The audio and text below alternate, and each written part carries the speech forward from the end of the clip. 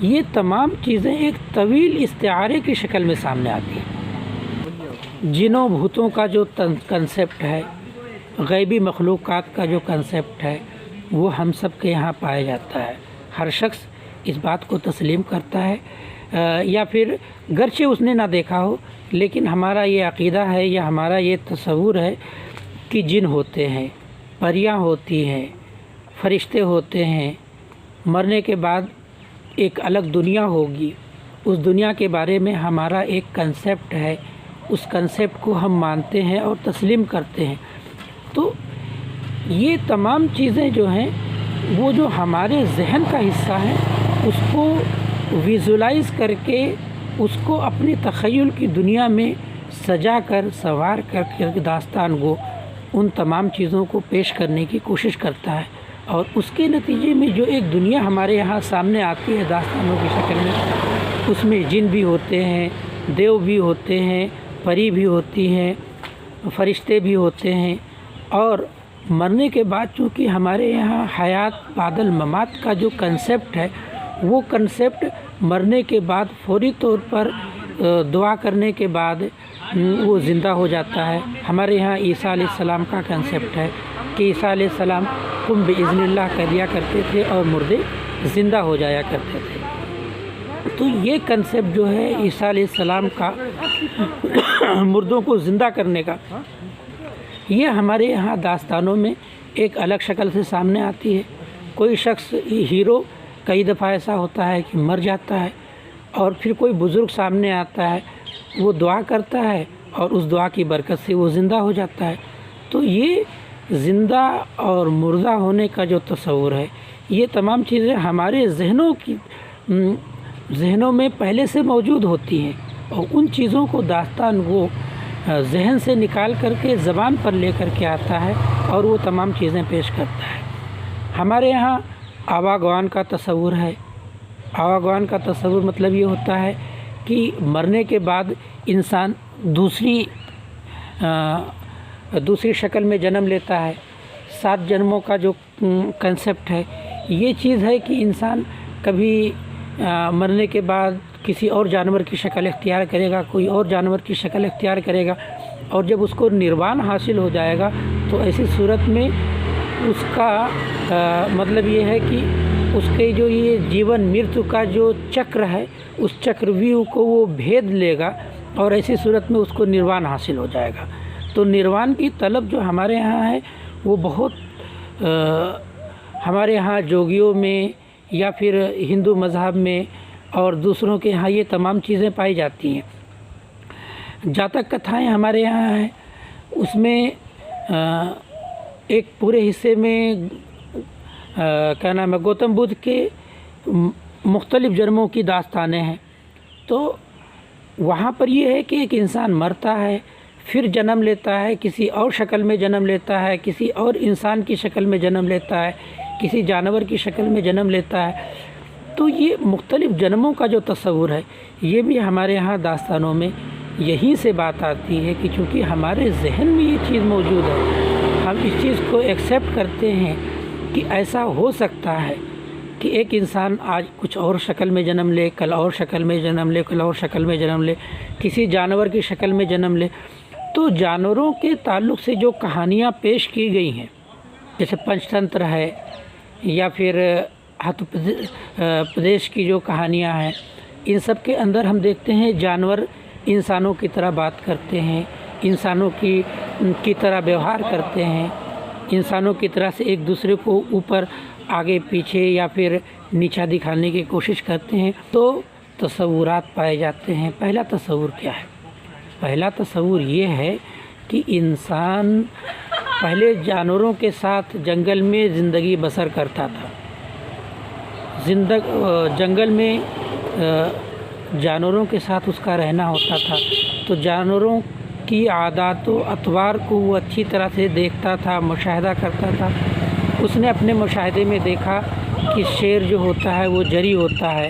ہاتھی بہت بھولا بھالا ہوتا ہے، اور جو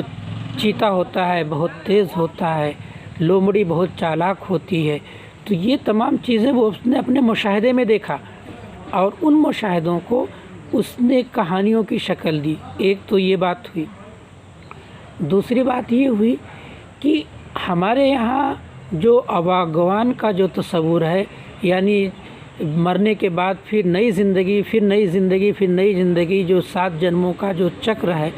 اس کا جو تصور ہے اس میں یہ ہے کہ انسان مرنے کے بعد اپنے کرموں کے حساب سے جنم لیتا ہے، اپنے کرموں کے حساب سے اس کو زندگی میں، دوسری زندگی میں جو جسم ملتا ہے۔ تو اس کنسیپٹ کی وجہ سے یہ مانا جاتا ہے کہ جانور بھی انسان ہی ہیں، اور انہوں نے چونکہ کوئی اچھا کام نہیں کیا ہوگا، اس وجہ سے دوسرے جنم میں جانوروں کی شکل اختیار کی ہے۔ تو وہ جانور جو ہے چونکہ انسان ہی کسی زمانے میں یا کسی موقع پر وہ انسان رہا ہوگا، اس وجہ سے ہم جانوروں کو بھی انسانوں جیسی شکل یا انسان مان کر کے انسانوں جیسی گفتگو کراتے ہیں، انسانوں جیسا بیوہار کراتے ہیں۔ بہرحال میں نے آپ کو یہ بتایا آج کے اس کلاس میں کہ بذات خود جو داستان ہے وہ خود ہماری تہذیب کا حصہ ہے، اور اس کے اندر جو چیزیں بیان کی گئی ہیں وہ تمام چیزیں کسی نہ کسی حیثیت سے ہماری تہذیب کو، ہماری وراثت کو ظاہر کرتی ہیں، پیش کرتی ہیں۔ اب ہم آگے بڑھتے ہیں اور ہم دیکھتے ہیں کہ ہماری جو داستانیں ہیں اس نے اپنے اندر ہماری جو عہد وسطیٰ کی جو تفریحات تھی، ان تمام تفریحات کو کس طریقے سے اپنے اندر سمونے کی کوشش کی ہے۔ تو بہادر قوموں کی تفریحات میں ایسے کھیلوں کا مظاہرہ ہوتا ہے جو جان جوکھم میں ڈالنے والے ہوتے ہیں۔ وہیں تنزلی کا جو معاشرہ ہوتا ہے اس میں ایسی تفریحات کو ترجیح دی جاتی ہے جو گھر کے اندر کھیلے جا سکیں۔ مغل سلطنت کا جو ابتدائی زمانہ تھا اس میں گھوڑ سواری، شہ سواری، تلوار بازی، تیر اندازی جیسی تفریحات جو تھیں وہ شرفا کا حصہ ہوا کرتے تھے، شرفا اس سے لطف اندوز ہوا کرتے تھے۔ طوائف الملوکی کا جب زمانہ آیا، جب بادشاہت کا جو رعب اور دبدبہ تھا وہ ختم ہو گیا، تو اس موقع پر جو بادشاہوں کی دلچسپیاں تھیں وہ سمٹ کر حرم سرا تک پہنچ گئی۔ دیوان عام میں موسیقیاں اور رقص و سرور کی محفلیں جمنے لگی، اور بادشاہ، وزیر اور رعایا سبھی اس سے لطف اندوز ہونے لگی۔ باغ و بہار میں جو جشن ہے اس کے اوپر کہا جاتا ہے کہ محمد شاہ رنگیلا کے زمانے کا رنگ غالب ہے۔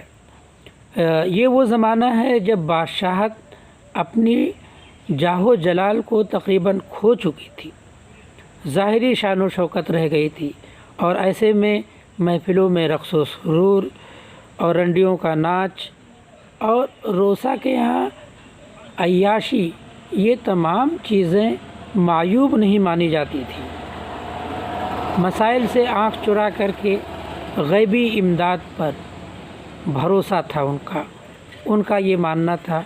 کہیں سے علادین کا چراغ مل جائے، اس کو رگڑتے ہی کوئی جن سامنے آ جائے اور جن پوچھے میرے آقا کیا حکم ہے، اور یہ کہے میرے لیے ایک محل بنا دو، میرے لیے ایک باغ لگا دو، میرے لیے فلاں چیز کر دو، اور پلک جھپکتے ہی جن وہ تمام چیزیں کر دے۔ تو یہ تمام چیزیں جب معاشرہ انحطاط کا شکار ہوتا ہے تو ایسی صورت میں اس کی ترجیحات، اس کے سوچنے کا انداز، یہ تمام چیزیں جو ہیں وہ بدل جاتی ہیں۔ علامہ اقبال نے اسی لیے کہا تھا قوت فکر و عمل پہلے فنا ہوتی ہے، قوت فکر و عمل پہلے فنا ہوتی ہے، پھر کسی قوم کی عظمت کو زوال آتا ہے۔ تو کوئی قوم جب زوال کا شکار ہوتی ہے تو پہلے اس کی فکر، سوچنے کا انداز اور اس کے جو اٹھنے بیٹھنے کے جو آداب ہیں، ان تمام چیزوں میں اس کے آثار پہلے سے ظاہر ہو جاتے ہیں۔ چاروں درویش باغ و بہار کے اندر چاروں درویش اپنے خود کے عمل کے بجائے غیبی امداد پر بھروسہ کرتے ہیں۔ چاروں درویش جب پریشانی کا شکار ہوتے ہیں تو ان کو غیب سے آواز آتی ہے کہ تم فلانے جگہ پہنچ جاؤ اور اس کے بعد تمہارے مسائل وہاں آ کر کے حل ہوں گے۔ دیکھیے، باغ و بہار میں دعوت کا ایک منظر ہے، اس کو میں پڑھ کر سناتا ہوں، اس کو پڑھیے۔ اور اس وقت کی جو دعوتیں ہوا کرتی تھیں، ان کا جو ایک خاص قسم کا انداز ہوا کرتا تھا، ان تمام چیزوں کو آپ دیکھیے، سنیے اور معزوز ہوئیے۔ کوٹ: تمام حویلی میں فرش مکلف لائق ہر مکان کے جا بجا بچھا ہے، مسندیں لگی ہیں، پان دان، گلاب پاش، عطر دان، پیک دان، چنگیزی، نرگس دان قرینے سے دھرے ہیں، طاق میں رنگ ترے نارنگیاں اور گلابیاں رنگ برنگ کی چنی ہیں، ہر طرف رنگ آمیز ابرک کی ٹٹیوں میں چراغاں کی بہار ہے، ایک طرف جھاڑ اور سرو کمل کے روشن ہیں، سب آدمی اپنے عہدوں پر مستعد ہیں، باورچی خانے میں دیگیں ٹھنٹھنا رہی ہیں، آبدار خانے کی ویسی ہی تیاری ہے، کوری کوری ٹھلیاں روپے کی گھڑوچیوں پر صافیوں سے بدھیں اور بجروں سے ڈھکی ہیں، آگے چوکی پر ڈونگے کٹورے ماں تھالی سرپوش دھرے برف کے آب خورے لگ رہے ہیں اور شورے کی صراحیاں ہل رہی ہیں، بھانڈ بھگتیے کلاونت قوال اچھی پوشاک پہنے ساز کے سر ملاتے حاضر ہیں۔ یہ ایک دعوت کا منظر ہے، اور اس دعوت کے منظر میں آپ دیکھیں جو محمد شاہ رنگیلا کے زمانے کی جو تفریحات ہوتی تھی، وہ تمام تفریحات اس کے اندر کسی نہ کسی حیثیت سے شامل کر دی گئی ہیں۔ تو بہرحال یہ محمد شاہ رنگیلا کے زمانے کی ایک محفل کا نقشہ انہوں نے کھینچا ہے۔ یہاں صرف کھانوں کے اقسام کا ذکر نہیں ہے، وہ اصل میں ایک حقیقی دنیا تخلیق کرنا چاہتا ہے اپنے داستانوں میں، جس میں اس داستان سننے والے کو ایسا معلوم ہو یا داستان پڑھنے والوں کو ایسا محسوس ہو کہ اس موقع پر وہ خود حاضر ہیں اور ان تمام چیزوں کا مشاہدہ وہ خود سے کر رہے ہیں۔ تو اس کے لیے جان بوجھ کر کے وہ داستانوں کے اندر